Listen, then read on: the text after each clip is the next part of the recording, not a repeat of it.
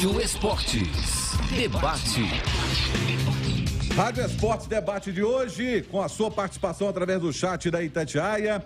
E a gente quer saber o seguinte: qual foi a contratação mais decepcionante do Cruzeiro em 2022? E eu vou falar aqui a relação dos jogadores que o Cruzeiro contratou, e já também você que está no YouTube vai ver na tela as contratações do Cruzeiro na temporada 2022. O Cruzeiro contratou Edu, Fernando Canezin, Felipe Machado, Gabriel Dias, Luvanor, Jajá, João Paulo, Léo Paz, Maicon, Matheus Silva, Matheus Bidu, tá aí pra você, ó, Neto Moura, Oliveira, Pedro Castro, Rafael Cabral, Rafa Silva, Rodolfo, Sidney, Zé Ivaldo, Wagner Leonardo, Vagninho, William Oliveira, Bruno Rodrigues, Chay, Juan Christian, Lincoln, Luiz Felipe, Marquinhos Cipriano, Pablo Ciles, Gasolina, Brazão e Gabriel Mesquita.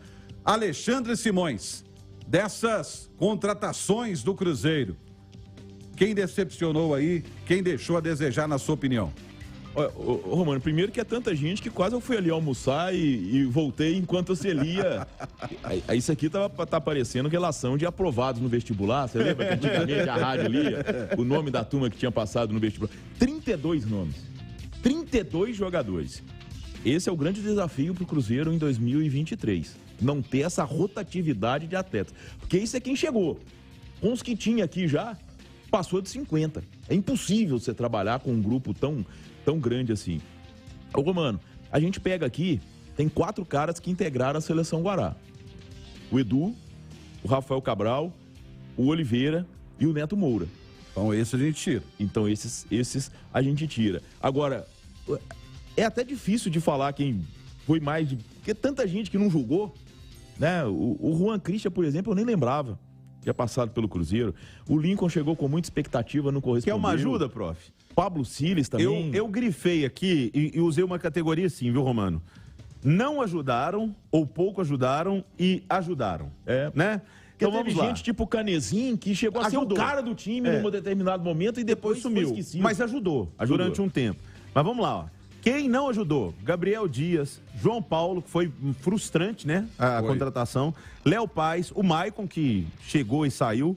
Matheus Silva, Pedro Castro, esse entra no hall dos mais decepcionantes para mim, porque vinha de uma boa temporada no Botafogo. Rodolfo, Sidney, Wagner Leonardo, Vagninho. O Chay também eu esperava que jogasse alguma bola no Cruzeiro, porque vinha bem do Botafogo. Juan Christian, Lincoln, Luiz Felipe, Cipriano, Pablo Ciles. Aí o Brazão e Gabriel Mesquita, goleiro, o Rafael Cabral tomou conta. Rodolfo não? Rodolfo decepcionou. Mas o Rodolfo chegou a fazer uns 2 gols mas na caminhada, principalmente aquele contra o Londrina, né? Você quer o Rodolfo de volta no América, Romano? Não, ele vai ter que voltar, né? Porque é do América. Mas aqui, e outro que chegou até com musiquinha? Pai, eu vi o Chay. Pois é, então, o Chay e o Pedro Castro, pra mim, são as grandes decepções, porque eu vi jogarem bem no Botafogo.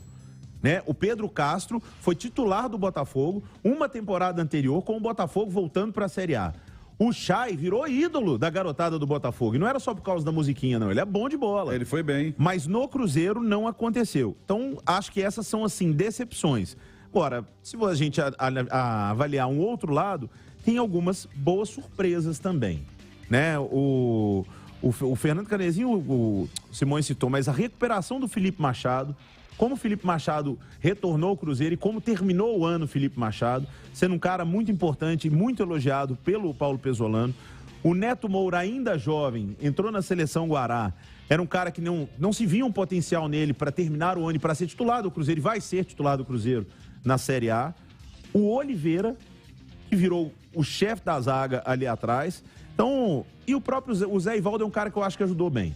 Ele não vai ficar e tudo, mas o Zé Ivaldo, eu acho que foi uma boa contratação. Ele ajudou bem o Cruzeiro na Série B. Agora, os que decepcionaram foram mais porque criou-se uma expectativa gigante em cima deles e não se enxergou o atual momento, ou o futebol, ou aquilo que eles poderiam entregar, ou eles não conseguiram jogar com o Paulo Pesolano de forma alguma? Não, eles não conseguiram jogar porque eles foram ruins, porque o Pesolano deu chance para todo mundo. Todo mundo aqui jogou. Todo mundo aqui, eu acho que só o Maicon, zagueiro, porque e o foi Sidney, aquele que chegou e o Ciles chegou, foi titular. Não, O O Sidney, zagueiro. Sidney Não, o decepcionou. Sidney chegou já como titular Chegou e depois foi embora. Agora, o Pablo Siles, por exemplo, chegou, entrou como titular, sumiu. Essa galera não pode reclamar, Romano. O Pesolano rodou bastante o elenco. A grande maioria dos jogadores teve oportunidade. Eles não jogaram por ruindade ou por um momento ruim. Eles não conseguiram jogar, mas eles tiveram oportunidade. Ninguém aqui pode falar assim, o Pesolano não me deu chance. Não, todos tiveram chance. Ô, Léo, que são jogadores assim, não são jogadores de um nível técnico tão elevado.